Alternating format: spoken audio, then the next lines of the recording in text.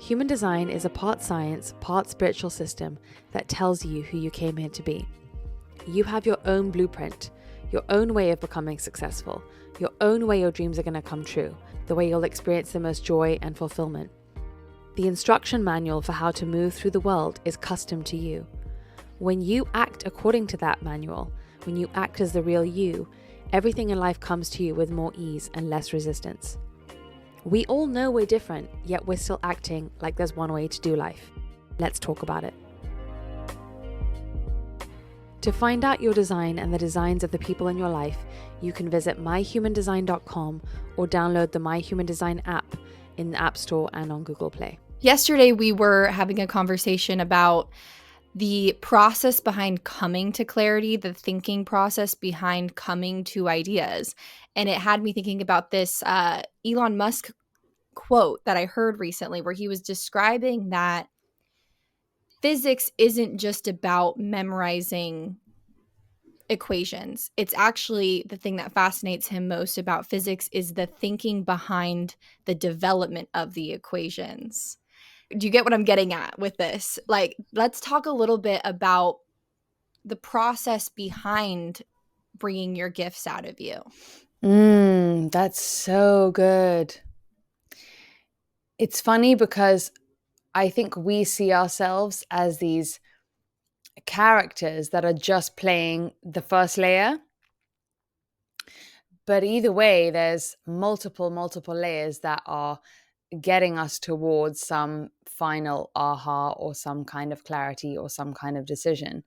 And there's like almost a meta version of us above it that is more energetic. If you talk about it, it's in the energy body rather than in the thinking body or in the conscious mind, whatever you want to call it, where you know when something is sort of swirling around you. And a lot of the times we feel like things are just, life is this random accident that we just have to sure as hell cling on to some kind of jump from one clarity, one certainty to another, so that we can maintain some sense of safety. But what's going on underneath that, either way, is actually this like swimming in a soup of life, always trying to present you with different little diamonds or little pieces of data or little realizations that are adding up to get you to somewhere.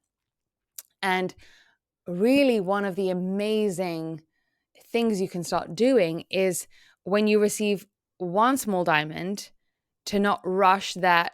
That definitely means you have to jump to the way then your mind takes over that diamond and goes, I'm going to use that diamond to create this life and to be sure about something. And then I'm going to tell everyone as if I'm sure about it. And then it means it will be great.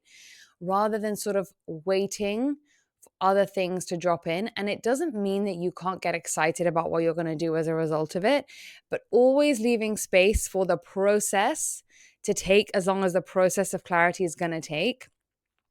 I want to bring us back right here to one of the big principles of human design is that you absolutely cannot dictate when something is the best time to do something. There is divine timing at work, which our minds do not understand. And so everybody knows, the feeling of looking back and saying, gosh, I really wanted it back then 6 months ago, but I could see why it didn't work out then. And I could see why now is the perfect time for it to have happened. Or I can see why I wrestled with a desired outcome. And I'm so glad that didn't happen. So even though we have the experience of those moments, we're still trying to operate differently. And I often use this example of you can try and break up with a person as many times as your mind convinces you you're done, but you're really done when you're really done. And it's a feeling, it's a having gathered enough data and enough diamonds to know that in the equation of should I stay or should I go, you are absolutely tipping over. There's more flooding out of the go than the stay.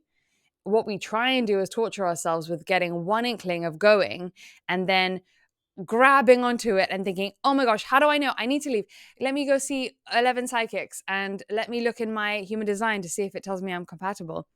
And this is also why we don't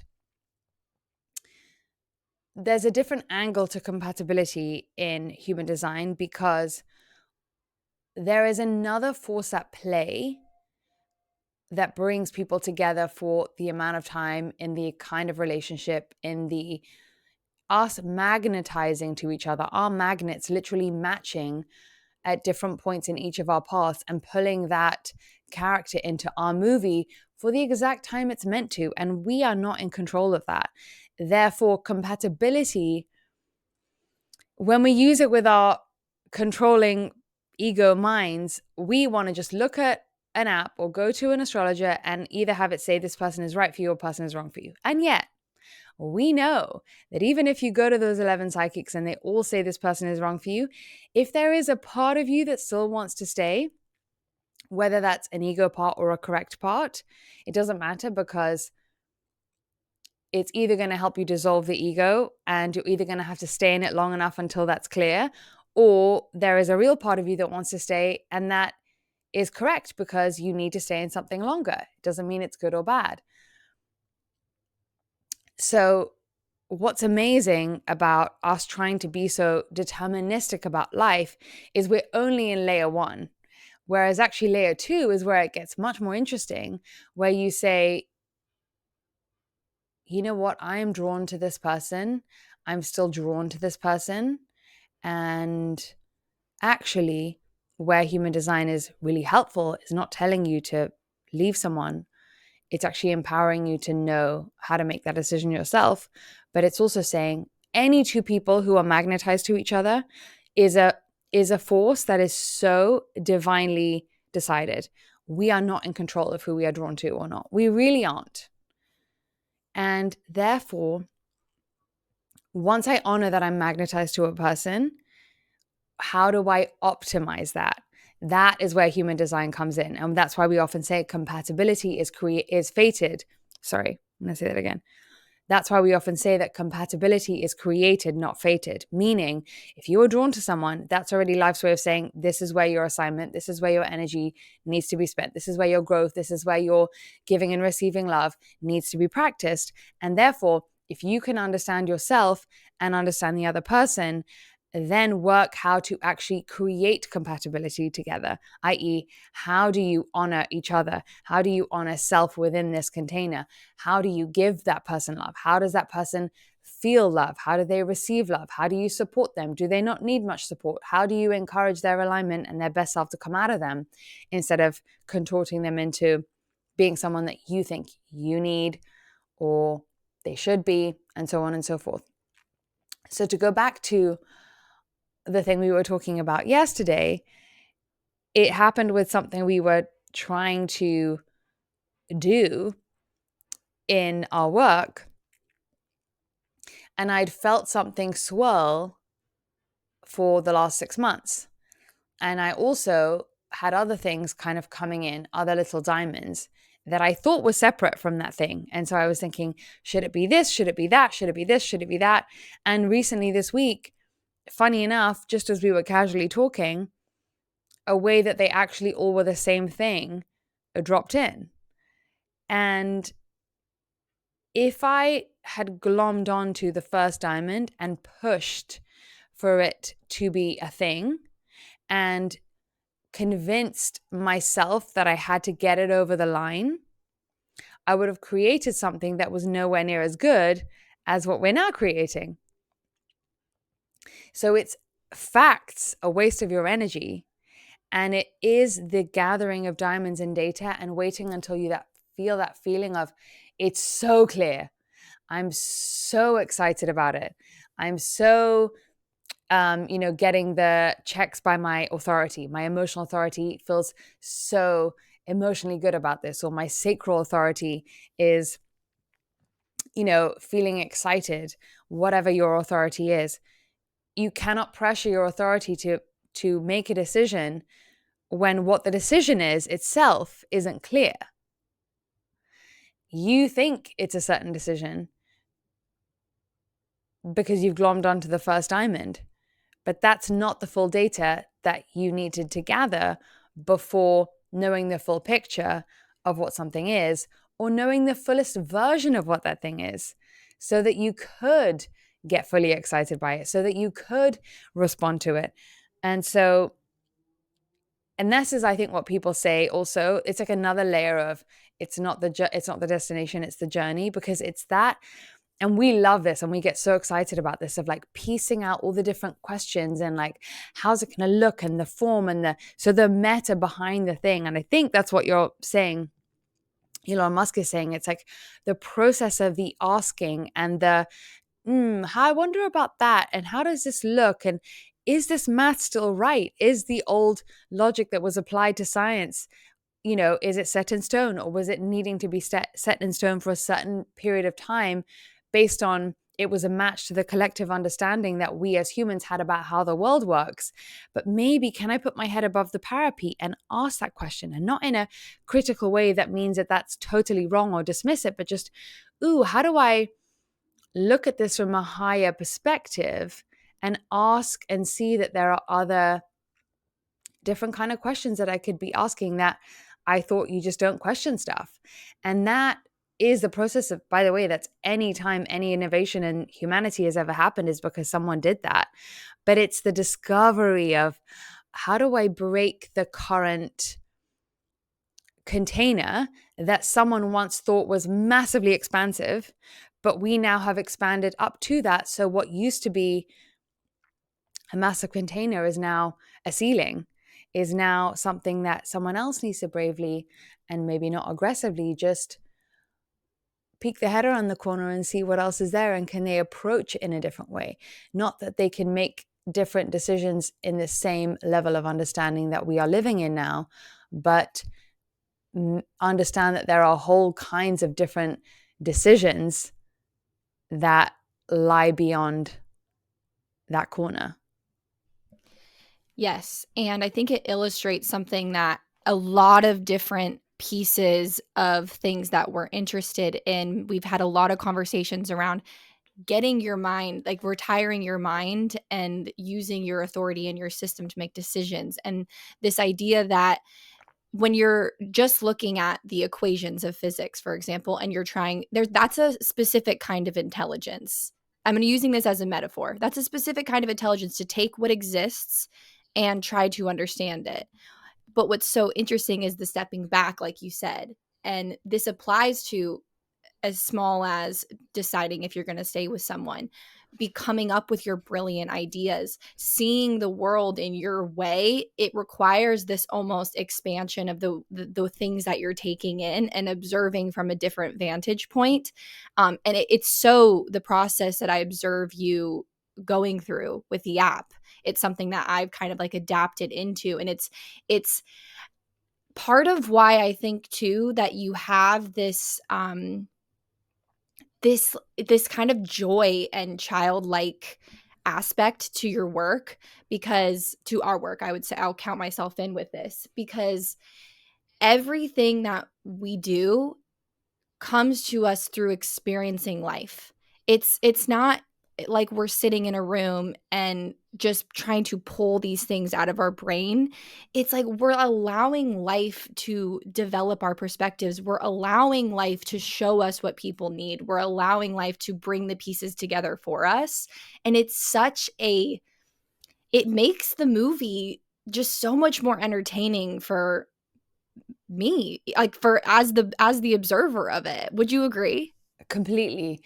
Because that really awakens and confirms that it's a dance we're both doing with life, with the universe, with the divine, whatever it is. It's like you see the hand in it more. Whereas when you're taking the reins from your brain, thinking, I have to come up with this, I have to know, I have to tell my team what I think, like all that stuff, that's basically acting as if the subtle but ever present and everywhere cues from the universe don't exist. And the universe, because it's always going to honor your free will, if you act like there's no hand of God in your life, there is not going to be a presence. You're not going to see the hand of God in your life. So if you see everything, something you see on TikTok, something you see a person doing whilst you're walking in the park, and not obsessively looking, but just what you're casually noticing out of life based on your perspective, all of that is data points that the universe is simply using other people, places, things, color, smell, sight, sounds to plant in you as a potential diamond or data. And that's what's really fun, is when you feel like there is someone who's got your back, who's saying, oh, look at this and look here. And when something really sparks your fascination, or you really are caused to think something different about life or your work or people or anything based on something you noticed, something you pulled out of an experience, that's not random. And that is also Nope. not that anyone else would notice the exact same thing, even if they were looking at the same thing.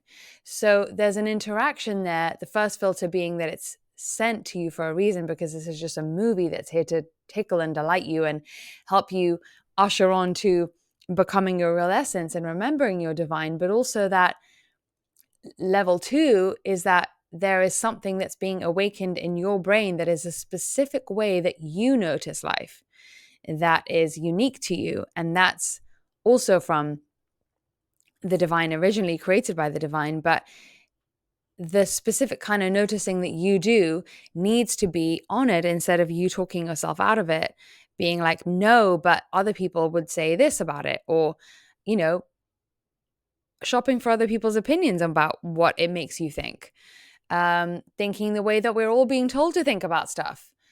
And, the final one being that you just don't even notice it. You don't even allow yourself to put pieces together in this world, because how can a leaf be tied to AI, right? Well, it absolutely can be. Anything can be connected to anything if your brain naturally makes that connection. And maybe it is making that connection, but you have not even noticed or allowed yourself to think that you could have new perspectives on things based on just how you're observing life. And you're right, it just does make it so much more fun, because you start to see the synchronicity and the timing and just the sense of humor that the universe has in sending you and redirecting you, and kind of lovingly but cheekily also saying, honey, you thought you had the answer back then, but that wasn't time. Or look at you thinking you had to, you know, be the master of everything back then. And it's actually you feel very held when you're brought back into, oh, but there's also a current of timing and a current of needing more pieces and realizations to be in place before I then fully felt ready for and fully aligned and fully on board behind what I was doing. And that's what's so fascinating, is no wonder why so many of us feel so confused, because we're acting knee jerk and too quick. And so we haven't had that time for all the pieces to really alchemize together and mix and cook inside before the cake was ready. So we keep taking cakes out of the oven when they're still batter. And then we're left with like nothing to eat, nothing to show. And I think you mentioned yesterday too the difference between, because of course we've had ideas where we've thought our way too hard through them and tried to push them and tried to make them happen. Like we haven't nailed this perfectly. It's just so obvious the difference Yeah. when it happens. Like yesterday you even said to me, it's so crazy. I don't feel this overexcitement that we finally nailed this idea. It feels like this sense of peace. And I think that's a really good indicator of when you have, I love this illustration of the sort of diamonds that you've kind of gathered, and you're calling them data points. It's just like little data points that you've gathered. It's been such a process, a natural process.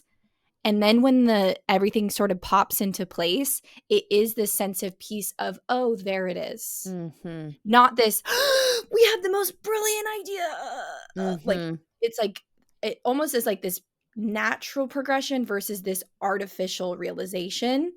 It feels different. And I think it's, we always talk about how everyone is capable of genius levels. And I think the more that we lean on that type of process of coming to clarity, coming to creativity, coming to perspectives, the more genius that we feel as an individual person. Completely. And that's really why it's important to not get overly hyped about things, because we think that they're going to give us definitely a success or an outcome or love or belonging, or finally the thing we can glom onto to make sure that we're going to get the life we want. And of course, when we were together, it was you, me, and Jane. We were chatting it out. Of course, when we first came up with it, we were both like, "Oh my gosh!" Like eyes popping open. But it was so much more of a. There's a peace and almost a relief when full clarity is present with you, rather than that time when you kind of sense a 30% of the way there and you're trying to rush to 100 because you can try to like talk yourself into it or hype yourself up for it. And now, like you said, we haven't got it perfect, but I've really tried to be like, okay, I start to notice this thing coming in. I am 10% of the way in, 20% of the way in. And then I just go, oh, universe, you're presenting me with something that's kind of swirling around my aura, but it hasn't quite dropped in yet. But you're already starting to give me clues about where I'm going next. But for now, they're just clues. They're not instruction. They're not the full manual. They're just you kind of ushering me slowly into this new thing that's going to come in. I wonder what it's going to be. And again, listen, I don't get this right all the time by any stretch, but it's just a new option to lean into when you are trying to bake cakes without all the ingredients and pull it out before it's cooked. And that is, I think, what is not only making us confused, but also wasting so much of our energy and making us act on things too fast. And then when we haven't done something, when we have acted on the 10% as if it's the 100, we've then just wasted so much time and energy to then have to probably go back and do the thing that the universe, when the 100 finally comes in, to do that thing. So actually, it's a real go intentionally. You go further than if you go quick.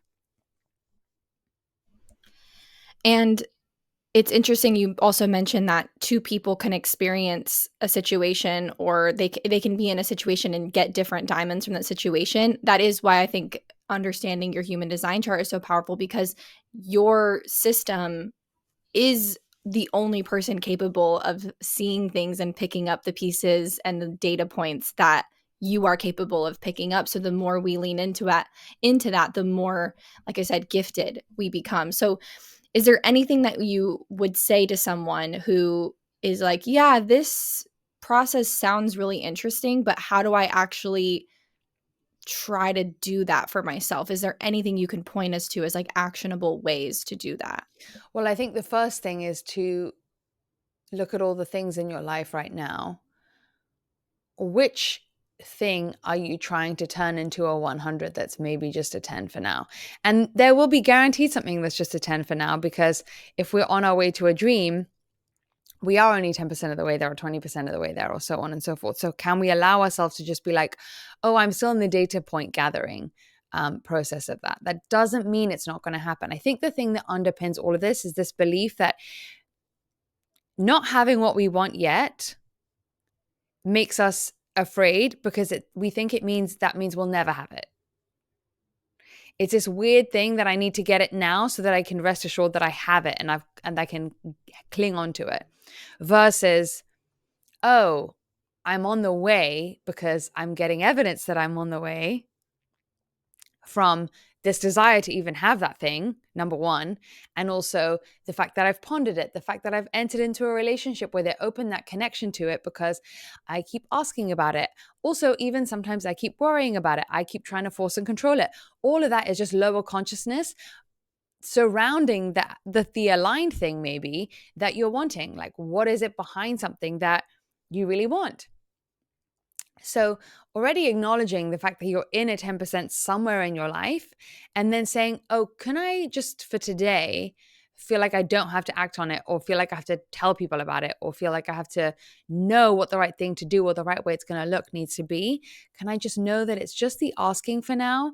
And actually, can I make the asking process better by not trying to rush the conclusion, but still gather data points? And when you are available to gather more data points, the universe will show you more data points.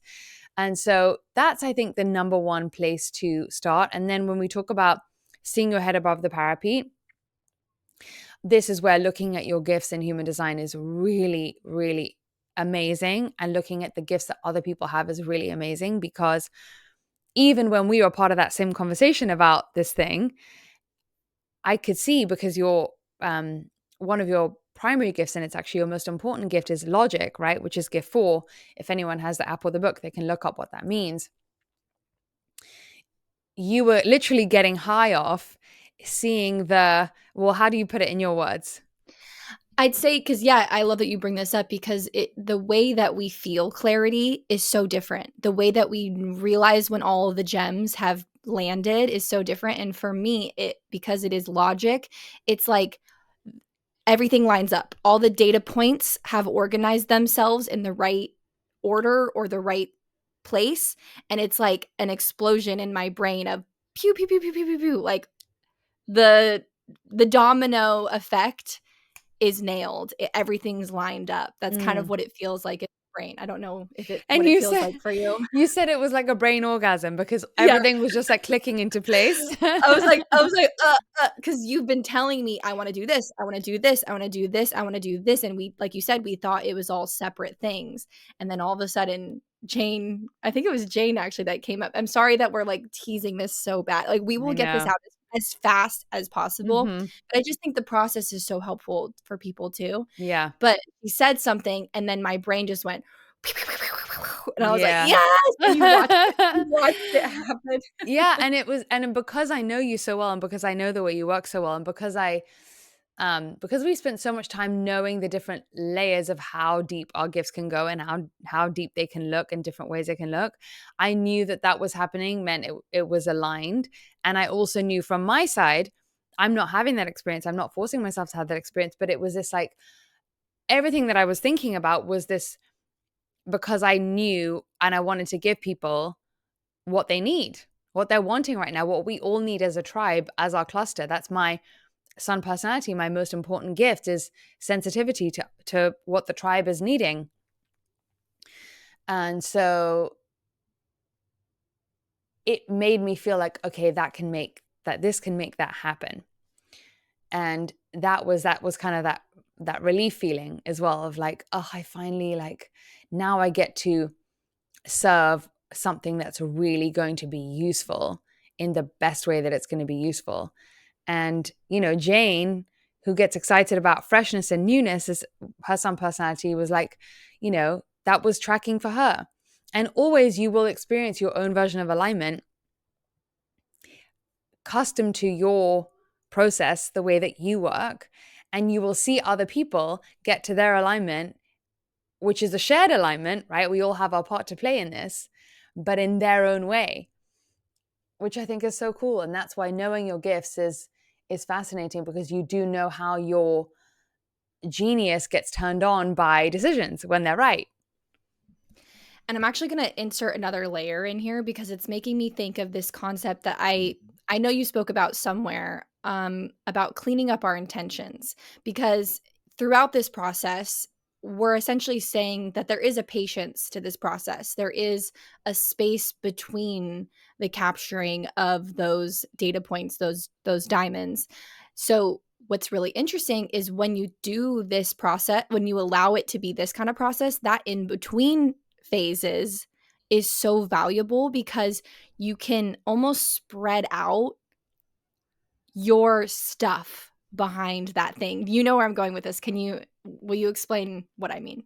So when we're trying to rush to something, we're packing in the thousands of layers that are contributing to a certain action. And within there, if we pack it in and rush it, we don't imagine it's like an accordion, right? You want to actually be able to see all what the diamonds and the data points are awakening in you, because the real work is awakening everything in you and unearthing all of the stuff that's in you. From ego, there's some stuff in the mix. From true soul, there's some stuff in the mix. When you rush, you overlook really what the gift of the process is, which is being able to use what's coming to you to mine your insides and say, oh, it's not a good decision or a bad decision, not aligned or unaligned. That's the way we get so reductionist about spirituality. Oh, there's 10% of me that's wanting this for the wrong reasons. Oh, there's a tiny, is there even though I know it's the right thing, is there a tiny bit of me that's using this to be seen? Is there a tiny bit of this that's using me to think that I'm great, or that I'm cool, or that I'll be okay, or that I'm wanting someone else to notice this, or that it means that I'll be more likely to get this other thing, right? Which are all these weird scaffoldings we've created in our brain that aren't even true. But it's the cleaning up of what's in your being along the way that actually is going to be the thing that determines if the thing's going to do well. And it's also the very reason why you're needing to create something in the first place. The universe makes us want stuff because on the way, if we can mine our insides, we've become more like the divine in the process. And therefore, once you become more like the divine, it will give you the cherished outcome. It will give you the desired outcome.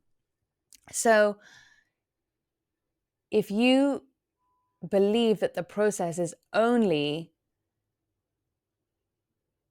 I've got to make sure that I'm sure about it, and then I've got to act like I make sure about it, and then I've got to act on it as soon as possible, you're not doing what the actual thing is. You're not really doing the becoming, which is the purpose for everything. The becoming process is the thing that's going to dictate the sort of like surface level process, like the thinking, the doing, the taking decision, the sending the email, the whatever.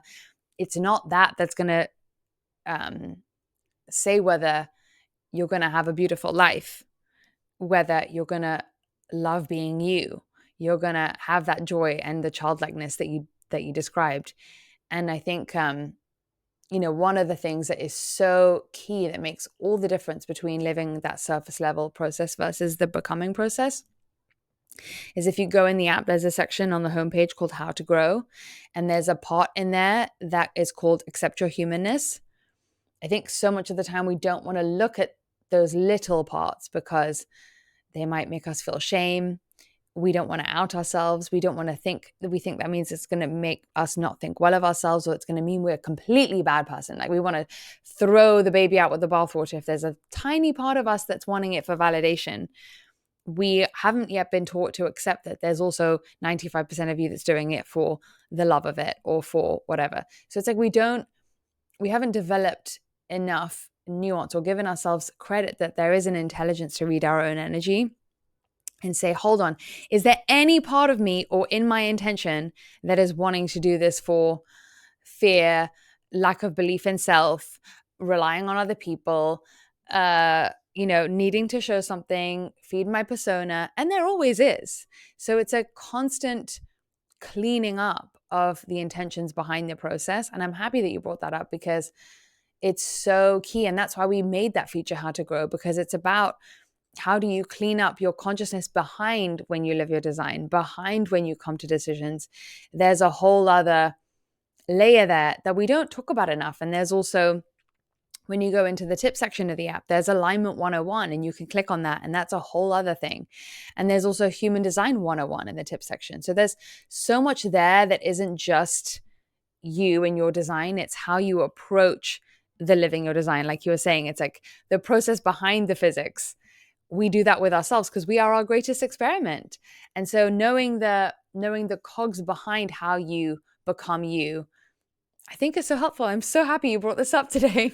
Right? And it's like you said, if you believe that everything in life, from down to if you should leave a relationship, if you should get into a relationship, how you come to an idea, how you start a business, every single layer, if everything that exists is here for your transformation, taking that approach to it where you are allowing the in-between moments to allow you to clean up your intentions and clean up your approach, and allow those in-between moments to transform you so that you can show up as the most aligned version of you for everything that you put out into the world. I mean, it's worth the time. It's worth it. That's not even patience. Mm-hmm. That is being efficient with your time. Totally. And every time you focus it on the inside, you are also shortening the speed at which the data and the diamonds come. You're also shortening the the ability to actually get something and be able to hold it because you've become a match for it, for want of a better word. And you've also cleaned up your lens so that the data and diamonds, you can actually get what you can pick out the realization of the highest order that your brain can possibly pick out. Because whenever we are trying to do that surface level process, it's like we have blinders on. So actually, from a more pure lens, you can see the same shit, but notice better. So yeah, I don't know where else to go with this. We could go on and on, but I think I also feel like this is a perfect time to realize, and we're going to see the world change so fast, especially as of mid-November, the 19th, when Pluto moves into Aquarius for the final time. For it's going to fully stay there then, meaning that innovation and speed and technology and new thoughts and humanitarianism and invention is just going to be off to the races. That I think training ourselves to not just think in the same ways, but to think about the process that makes us think is it's time, we're ready. And we can all do it. We just have never been taught that that's the way you think, but it is the way you think.